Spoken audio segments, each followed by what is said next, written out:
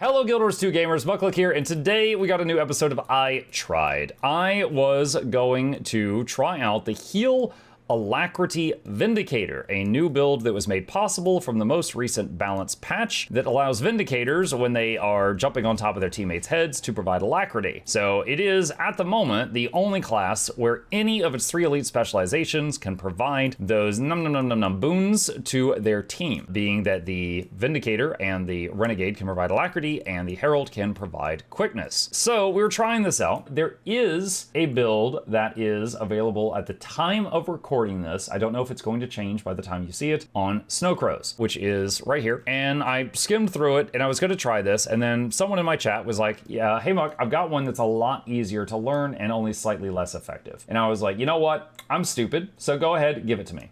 So this is a build from chat, so we're gonna call it Tokizo's Vindicator. And Toki's Vindicator, I tried it out on all the strike missions, and I tried it out in testing. I was able to keep the boons up, and it was pretty good, and I'm gonna share it with you guys today. But if you are learning to play Heal Alacrity Vindicator, this is a great build, what I'm about to show you. If you decide that you are ready to go, even further beyond Goku.meme, then you could go and start learning the Snowcrows one, which you can basically min-max even more utility out of the build than what I'm about to show you right now. So yeah, just saying that disclaimer on the front end right now, and you know what you're getting into. So here we go. The build itself, let's start with the gear. We are running Rune of the Water and Harriers on everything. The weapons are Sigil of Concentration and Transference on both weapon sets. We've got a Scepter, a Shield, and a Staff. And over here, still Harriers everything, and Relic of the Midnight King. And I'll explain why in a second. Essentially, when you want to give your team Fury,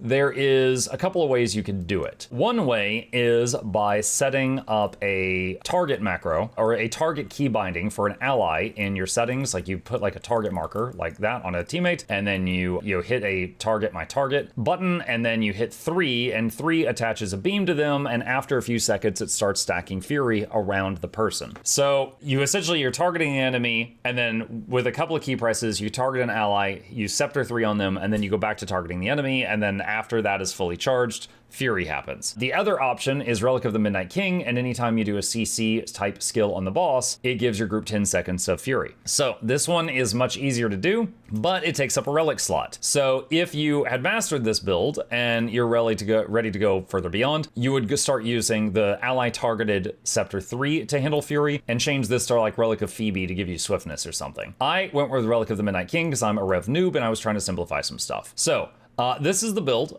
You can see it here, and we are using primarily just the Legendary Alliance, but we've got Dwarf to give our group stability on demand. So how do you play this? So first, let's just break this down one thing at a time. We're auto-attacking.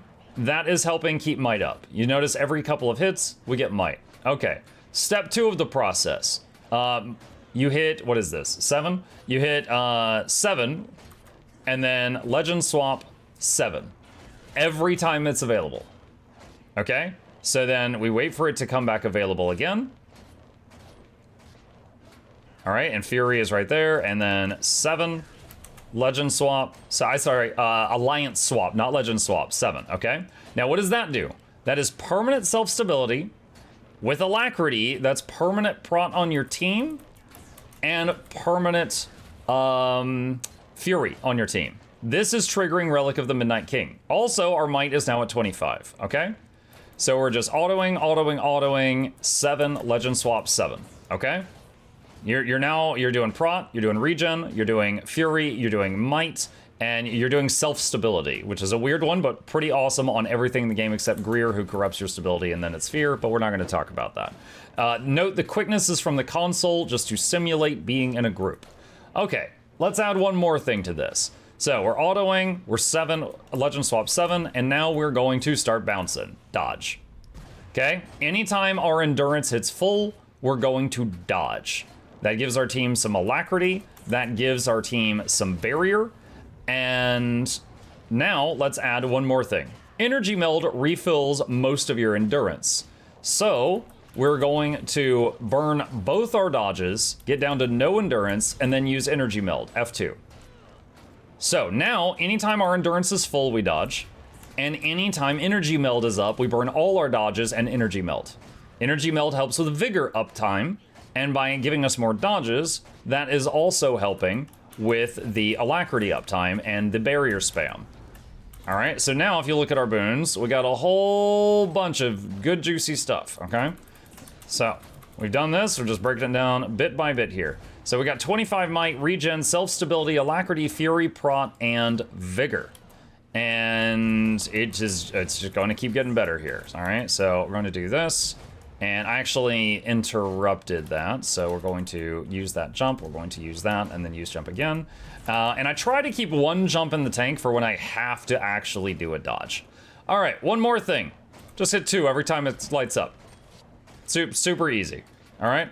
Just hit the 2, you don't have to do the manual detonation, but you just hit the 2 and it helps put barrier on your team. All right, so you hit the 2 and then the skill flips over, just ignore the other side, and that will help with your team's barrier, okay?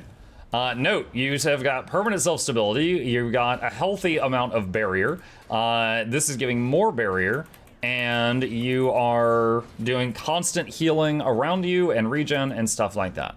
All right, that's pretty much the what you're hitting all the time portion of this video. That's what you're doing non-stop.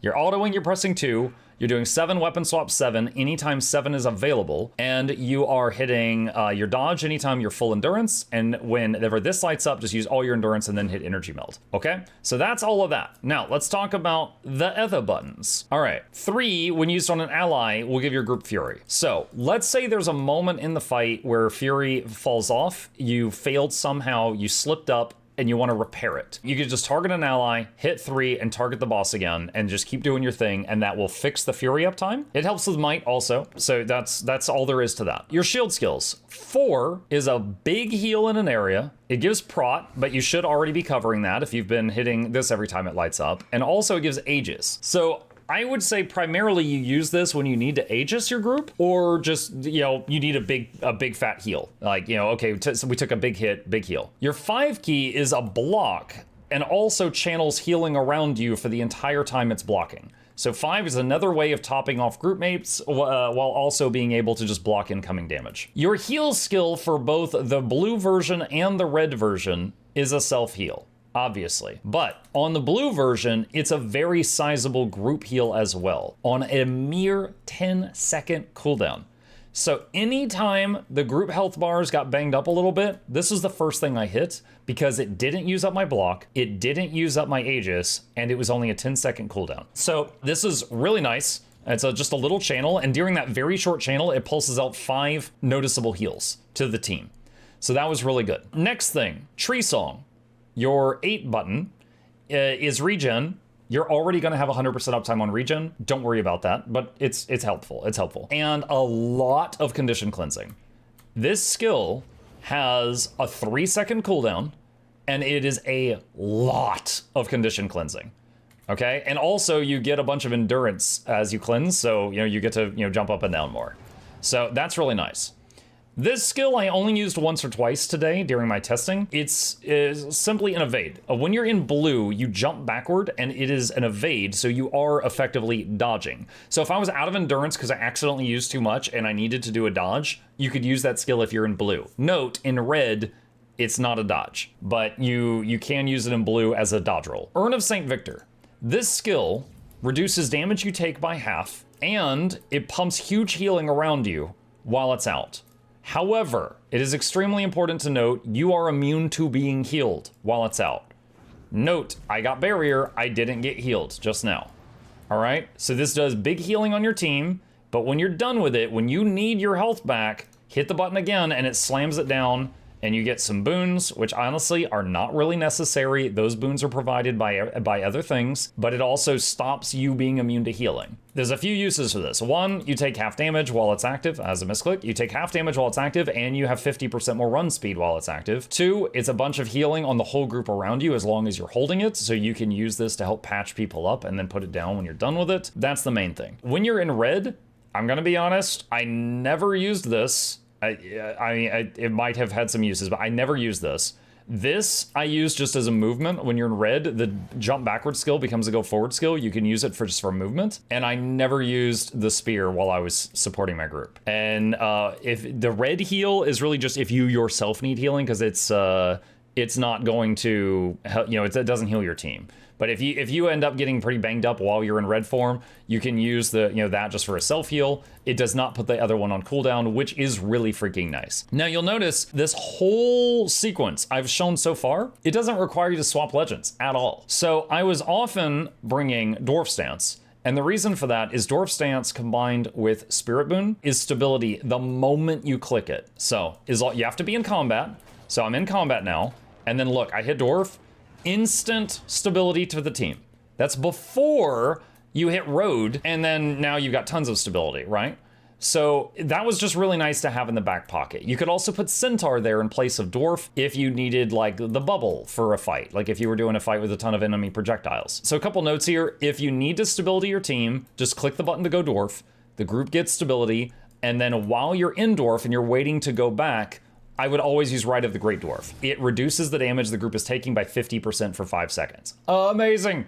And then hell, you could even throw the road down, have some more stability, and then you go back to not Dwarf and go back to doing this. And so I literally only swapped Dwarf when we needed stability, or, this is very important, if I hit the wrong button. Shut up, don't talk to me. Oh, wrong button. We Dwarf now. All right, so those are the only times I went Dwarf. And the rest of the time, you're just bouncing between red person and blue person, and you're just doing stuff there. Let's see, what else? So while you're playing in this fashion, in this manner, you're keeping up might, you're keeping up fury, you're keeping up prot, you're keeping up regen, you're keeping up alacrity, you're keeping up barrier, you're doing constant healing on the team, and you have permanent self-stability, which is a unique thing. You have Aegis on demand with the shield 4. You have stability on demand by going Dwarf. You have CC on demand. Let's talk CC. One, you're doing a small CC. It's like every, I don't know, twice every 20 seconds or something like that. Basically, whenever you are red guy, your Reaver's Rage is a CC. It's 150 Defiance Break. We're using it with Relic of the Midnight King to trigger some Might and Fury and stuff like that. Whole bunch of stuff just happened. All right, so Reaver's Rage is a slight CC, but we're spamming it, so it might not be available when we need it. So we will turn to one of the best CCs in the entire Guild Wars 2, which is Weapon Swap and Staff 5. Staff 5, you fly forward while spinning the staff around, and the fatter the mob is, the more hits it does, is the short version of it. I won't go into the nitty-gritty details, but that's the gist of it. The bigger the mob is, the more hits you do as you pass through them. Tons of CC, but just know it moves you forward if you're a noob to this class.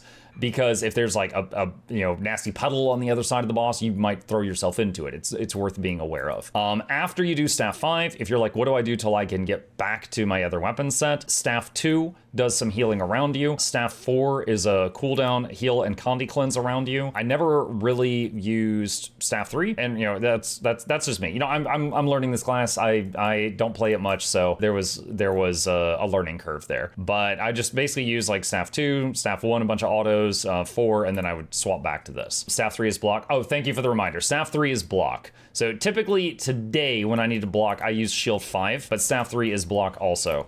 Appreciate that. And Staff Auto. Yeah, Staff Auto is a heal, I think, on the 3rd hit. Hold on, I have to leave combat for the tooltip to come up. Yeah, the 3rd hit is a AoE heal and a whirl finisher. And let's briefly talk about Centaur. If you're using this and you have Centaur is the other one, most likely the reason for that would be to put up the bubble. If you go into Centaur, the 7 key puts a bubble up, and just by autoing in it, the 3rd hit of the auto with staff is a whirl finisher, and this is a light field, so it'll do a combo. I believe it does the condition cleanse combo. Not required, but it's good to know that it's there. And then your other buttons here do various amounts of healing, and then just swap out of it when you need it. But I only brought that to Bone Skinner today. I brought this for the daily strikes plus the IBS 5. I had Dwarf as my second one most of the time. But that's it. So that's how to play it in the way that I learned how to play it today. Again, this is not the best way to jump up and down. There are professionals, they jump up and down better than this. Now, what are the professionals doing? Most of them are swapping between the Alliance stance and also Centaur on a constant basis, rather than just swapping between the alliances. And by doing the ally targeting on the 3, which in my opinion is clunky, but it is available, you can free up Relic of the Midnight King and bring Relic of Phoebe, which would give you swiftness. This build does not have swiftness in it. So again, strengths. You got might, Might covered, you got Fury covered, you got Prot covered, Regen, Alacrity, Barrier, Healing, and high uptime on self-stability. Actually, I think it's perma self-stability if you're playing it, you know, perfectly. You have Aegis on demand, Stability on demand, you have good CC on demand, you have good burst healing on demand with your, let's see, hold on, Blue Heal, Shield 4, Shield 5, and Earn are all really nice heals on demand. So we got all of that stuff. What if the boss is untargetable, is something I wrote down. Let's say you cannot hit the boss, you know, so you can't keep autoing to keep up might stacks. You can keep hitting F3. Every time you, F3 is a 3-second cooldown, and it refreshes might and regen. And then also you could keep hitting, you know, you could hit that, you could hit that, and you could keep hitting that stuff. So usually if you're in a fight where the boss is untargetable, it's only for a couple seconds, but you could, you know, keep hitting F3 and Awakening to refresh those boons while you're waiting on it, and then you should be fine. It's not gonna be so long that your might stacks completely fall off. So that was just something I noted. Condition cleansing, what do? Tree Song is your biggest one. It is massive condition cleansing, and it is spammable. It's only a 3-second cooldown. It does take energy, so you can't spam it like 100% of the time, but you could absolutely do it a handful of times in a row, no problem. The other thing is Staff 4. If you're running Staff 4, AoE condition cleanse also, and then I think those are the main 2 Condi cleanses in your kit. Downsides. Anything negative to say about this? You have no swiftness in the version of the build I've displayed today, unless you make the change I mentioned. You see constant orange circles. So if this bothers you, prepare to get bothered. Constantly. Now, I did ask my teammates, do you guys see these orange circles? They said no. So I think it's kind of like playing Scourge. I know when I played Scourge, I am not ashamed to admit, I have used my shade and then dodged my own shade before because it scared me, because orange circles. So if that bothers you, well, now you know. I don't think this one's as bad as the Scourge one, but it's worth knowing. And the last thing is no revive capabilities. If your teammate goes down, the only thing as a Vindicator you can do is like run over to them and pretend I'm standing right above the teammate and just like bag them harder than any other class in the game. That's the only strength you've got here. Good luck. I hope you can you know, get better. Maybe send them a card after the raid's over. You got nothing. Yeah, absolutely nothing for saving down states that I could see. So it's worth noting that. Yeah. So there's no revive potential. So how is this? Solid? It's not exceptional. It's solid. The way I learned it, I could not handle the extreme damage field here. It is important to note that that field does more damage than like any raid boss in the game does. You don't need to be able to heal through that to be viable. And maybe it was a skill issue because I'm playing this build for the first time, but I couldn't heal through the extreme damage field without dying. I was able to for like 30 seconds or so, and then I crumpled. So that was a thing. I was able, on the hardest damaging strike, which is Bone Skinner, I was able to keep my whole group alive, except for people that stood in puddles. The only people that died were the ones that stood in the puddles, and I did not have a revive skill, so I was like, well, I guess we're fighting without you, so we lost a few people, but it wasn't because of like healing output or anything like that. It was absolutely possible, not even that difficult to keep up boons and keep the group healed, as long as they didn't stand in instant death mechanics. I think that was it. Did you encounter any energy issues? No. By playing in the way I showed, I did not ever encounter energy issues. When I was first trying this build out, I was spamming, like every time I was in blue, I was hitting Tree Song every time it lit up. And then I was like, wait, after like 30 seconds, I run out of energy, and then I have energy issues for a long time after. But as long as you just like, if you need Tree Song, do it 2 or 3 times. But even that's 15 condition cleanses. But don't just hit it every time it lights up. If you're just playing it in the way that I showed, I did not have any energy problems. But that's it. Once again, this is a build. This is a shout out to Tokizo from chat. He sent me this and I tried it. I'm like, you know what? This is almost a low intensity build. It's not quite, I wouldn't quite label this LI, so I'm not gonna put that in the thumbnail, but this is a very, in my opinion, user-friendly way of learning how to play Heal ALAC Vindicator. And then if you decide you want to go further beyond and master it even more, at the moment of recording this, there's a guide on Snowcrows for Heal ALAC Vindy that shows how to, it's a lot more button presses, but you get more out of it. That's, full disclosure, you get more out of it. That would be like, if you want to really, really get good at this, that would be where to go after picking this up. But I think that's it. That's all my notes. That's all I got to say on this. What do you think about it? If you have any thoughts on Heal ALAC Vindy, do you like it versus Heal ALAC Spectre, Heal ALAC, Scourge, any of the other options? What do you think? Put it in the comment section down below. I'm curious to see what your thoughts are, but those were mine after playing it for a few hours. And I'll fight you in the comment section.